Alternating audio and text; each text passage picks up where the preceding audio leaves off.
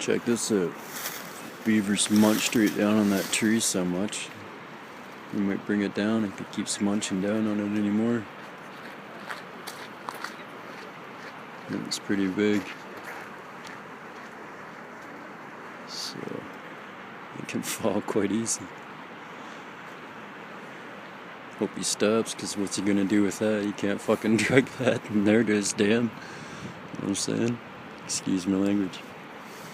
But normally they only do that to trees they know they can take to their dam. So when he's munching on stuff like that, that's how desperate he is. And they know it's dead and falling anyways, it's gonna fall soon, so that's why they do it. Pretty cool, eh?